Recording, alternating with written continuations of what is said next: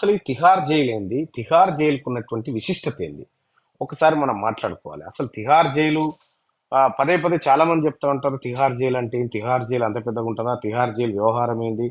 చాలా మంది అనుకుంటా ఉంటారు. అయితే తిహార్ జైలు ఏంది? దాని వ్యవహారం ఏంది? ఒక్కసారి మనం మాట్లాడుకుంటే భారత రాజధాని ఢిల్లీ పరిసరాల్లో ఉంటది చాణక్యపురి. ఆ చాణక్యపురి నుంచి 7 కిలోమీటర్ల దూరంలో తిహార్ అనేటువంటి గ్రామం ఉంటది. ఆ గ్రామంలోనే ఈ తిహార్ జైలు ఉంది. అందుకే ఎక్కువగా తిహార్ జైలు అని చెప్పి అంటుంటారు అన్నట్టు. తిహార్ జైలు ఇక దక్షిణ ఆసియాలోనే అతిపెద్ద జైలు ఇది. జైలు ప్రాంగణం కూడా. ఇక ఢిల్లీలోని చాణక్యపురి నుండి 7 కిలోమీటర్ల దూరంలో ఉన్న ఈ జైలు అనేక మంది ప్రముఖులకు సుదీర్ఘ చరిత్రలో ఆశ్రయం ఇచ్చిందని చెప్పుకోవాలి. కిరణ్ బేడి ఆధ్వర్యంలో ఈ జైల్లో అనేక సంస్కరణలు వచ్చినాయి. ఆ సంస్కరణల తర్వాత జైల్లో విధానంలో కొంత మార్పులు వచ్చినాయి. సరే అదట్టు పెడితే ఈ జైల్లో 6,251 మంది సరిపోయే వసతులు ఉన్నాయి. 6,251 మంది ఖైదీలకు సరిపోయేటువంటి వసతులు ఉన్నాయి.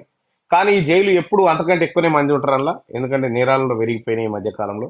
ఎందుకంటే ఒక కేసు కదిలిస్తే ఒక్కరు దొరుకుతలేరు, చైన్ లైన్ వెళ్తుంది కాబట్టి. ఇక అందులో రాజకీయవేత్తలు కూడా చాలా మంది ఉండే, పారిశ్రామికవేత్తలు ఉండే, హంతకులు, ఉగ్రవాదులు, ఉద్యమ నాయకులు, ఇక ఇట్లా ఎందరో ఉండే ఇక ఈ తిహార్ జైల్లో. ఇక కొందరినైతే ఇక్కడనే ఉరి కూడా తీసిరు.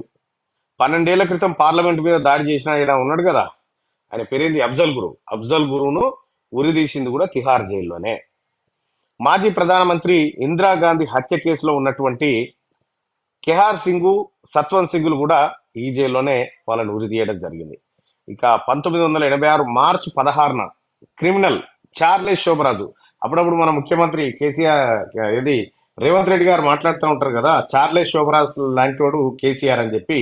అసలు ఈ చార్లెస్ శోభరాజ్ ఎవరు, ఏం కథ అనేది ఇంకో ఎపిసోడ్లో చూద్దాం. కానీ చార్లెస్ శోభరాజును ఈ జైల్లోనే బంధించడం జరిగింది. అయితే 1986 మార్చి 16 తారీఖు నాడు ఆయన ఈ తిహార్ జైలు నుంచి తప్పించుకున్నాడు. తర్వాత మళ్ళీ దొరికిండు. అప్పటికే పడిన శిక్షతో పాటు పారిపోయినందుకు మరో 10 ఏళ్ళు శిక్ష వేసిరు. అందులో శిక్ష వేస్తే 1997లో అట్లా రిలీజ్ అయ్యిండు చార్లెస్ శోభరాజు. ఇక తర్వాత ఆయన దేశానికి ఆయన వెళ్ళిపోయాడు. సరే 10 ఏళ్ళు అదనపు శిక్ష పడ్డది, అయిపోయింది. అట్లాగే అస్సాం మాజీ విద్యాశాఖ మంత్రి రిపున్ బోడా డానియల్ టాప్నో హత్య కేసులో ప్రధాన నిందితుడు ఆయన 2008 జూన్ 3న సిబిఐ ఘోరాను అరెస్ట్ చేసి ఇదే జైలుకు తీసుకొచ్చింది. ఇక డిఎంకే ప్రముఖులు కూడా చాలా మంది ఉన్నారు.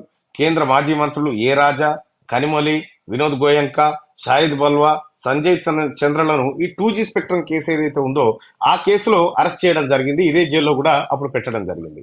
అంతేందుకు ఒలింపిక్ గేమ్స్ కు సంబంధించినటువంటి కుంభకోణంలో కూడా ఈ తిహార్ జైల్లోనే వాళ్ళు పెట్టడం జరిగింది.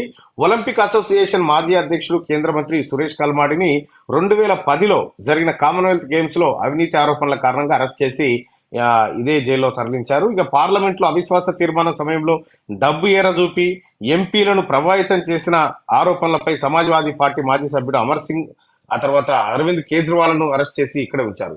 హర్యానా మాజీ ముఖ్యమంత్రి ఓం ప్రకాష్ చౌతాలాతో పాటు అతని కుమారుడు అజయ్ చౌతాలా అవినీతి కేసులో ఈ జైల్లోనే ఉన్నారు. ఇంకా అంతేకాదు, ఈ జైలు మొత్తం 400 ఎకరాల విస్తీర్ణంలో ఉంటుంది ఈ తిహార్ జైలు. ఈ తిహార్ జైలు అత్యంత ఫేమస్ జైలు. ఇక్కడ తిహార్ జైలు అంటేనే ఇప్పుడున్నటువంటి చంద్రశేఖర్ ఎవరైతే ఉన్నారో, ఎవరు కవితకి 1000 డబ్బాలు పంపించినా అని చెప్పి చెప్తున్నటువంటి చంద్రశేఖర్ ఎవరైతే ఉన్నాడో, కవిత గారిని మా అక్క అని చెప్పి ఆయన ఓన్ చేసుకుంటా ఉండు సుబోధ్ చంద్రశేఖర్, ఆయన కూడా ఇప్పుడు తిహార్ జైల్లోనే ఉన్నాడు. అయితే తిహార్ జైల్లో గతంలో తిహార్ జైలు అంటే బాగుండదని చెప్పి కిరణ్ బేడి గారు వాళ్ళు ఎవరో వచ్చిన తర్వాత తిహార్ ఆశ్రమం అని పెట్టింది దాని పేరు. తిహార్ ఆశ్రమం అని పెట్టినా ఏది పెట్టినా కూడా ఆశ్రమంలోకి బయటకు వచ్చే పరిస్థితి అయితే ఉండదు. అయితే కల్వకుంట్ల కవిత గారు మొట్టమొదటిసారిగా మొత్తం దక్షిణ ఆసియాలోనే అత్యంత పెద్ద జైల్లోనే అడుగుపెట్టింది. ఈ చిన్న వాళ్ళ కుటుంబానికి ఆనయ్య కూడా, ఈ చెంచల్ కూడా, ఈ చర్లపల్లి లాంటి చిన్న ఆనయ్య వాళ్ళకు కూడా వాస్తవానికి కూడా ఇంత పెద్ద జైల్లో పెట్టిరు. అయితే కవితకు ఎప్పుడైతే కవితను తిహార్ జైలుకు తరలించాలని చెప్పి రౌసవెన్యూ కోర్టు చెప్పిందో ఆ క్షణమే తిహార్ జైలు మరోసారి చర్చకు వచ్చింది అన్నట్టు. చార్లెస్ శోభరాజ్ అని చెప్పి ఉంటాడు. చార్లెస్ శోభరాజ్ ఎవరంటే విదేశీ టూరిస్టులను హత్య చేసి వాళ్ళ దగ్గర నుంచి డబ్బులు లాగి వాళ్ళని ఇబ్బంది పెట్టేటువంటి వ్యక్తి చార్లెస్ శోభరాజు. అయితే ఈ చార్లెస్ శోభరాజును కూడా ఇదే తిహార్ జైల్లో వస్తే శిక్ష అనుభవిస్తా ఉన్నాడు. వాని కర్మగాలి 1986ల వాడు గోడ దుంకి పారిపోయే ప్రయత్నం చేసిండు, లేకపోతే ఇంకో రకంగా తప్పించుకునే ప్రయత్నం చేసిండు. చేసి ఇంకొక 2-3 ఏళ్ళు అయితే వాని శిక్ష అయిపోయేది. వాని కర్మకాలానికి వాడు రుక్కిండు, మళ్ళా కలకత్తాలో దొరికిండు. కలకత్తాలో దొరికిన తర్వాత మళ్ళా తీసుకొచ్చి పాత శిక్ష ప్లస్ కొత్తగా 10 ఏళ్ళు మళ్ళీ వేసి 12 ఏళ్ళ శిక్ష వేసి అలా పెడితే 1997లో రిలీజ్ అయ్యి మళ్ళా పోయిండు. చార్లెస్ శోభరాజును మించిన ఇంటర్నేషనల్ మర్డరర్ ఇక ఉండడు. అందుకే కేసీఆర్ గారికి ముఖ్యమంత్రి రేవంత్ రెడ్డి గారు చార్లెస్ శోభరాజ్ అని పేరు పెట్టిండు. ఇక బావ బొమ్మడుదులు ఉంటారు కదా, ఎవరు, కేటీఆర్, హరీష్ రావు, వీళ్ళిద్దరికి బిల్లా రంగాన్ని పెట్టిండు. ఈ బిల్లా రంగాలకు కూడా ఇదే జాగా మళ్ళా తిహారే.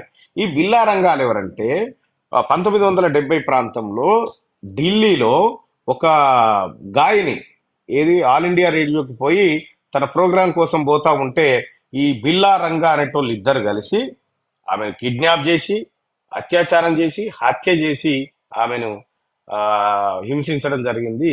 ఆళ్లే బిల్లా రంగా. ఈ బిల్లా రంగాలు ఆ తర్వాత తప్పించుకొని ముంబై పోయి, ముంబై నుంచి ఆగ్రాకు వచ్చి వాళ్ళ కర్మగాలు ఏం చేసిరంటే ఇంకోటి, జవాన్లు ప్రయాణిస్తున్నటువంటి ట్రైన్లు ఎక్కిరు, జవాన్లు గుర్తుపట్టి వాళ్ళని పట్టుకుపోయి పోలీసు వాళ్ళకి అప్పయ్యారు. ఈ రకంగా బిల్లా రంగాలు కూడా ఆ ఈ తిహార్ జైలు బాధితులే, తిహార్ జైల్లో ఉన్నటువంటి వాళ్ళే. సేమ్ ఇటువంటి క్రిమినల్స్, ఇటువంటి ఉగ్రవాదులు, ఇటువంటి తీవ్రవాదుల మధ్య ఇప్పుడు మన చెల్లె కవిత అందులోనే ఉంటుంది.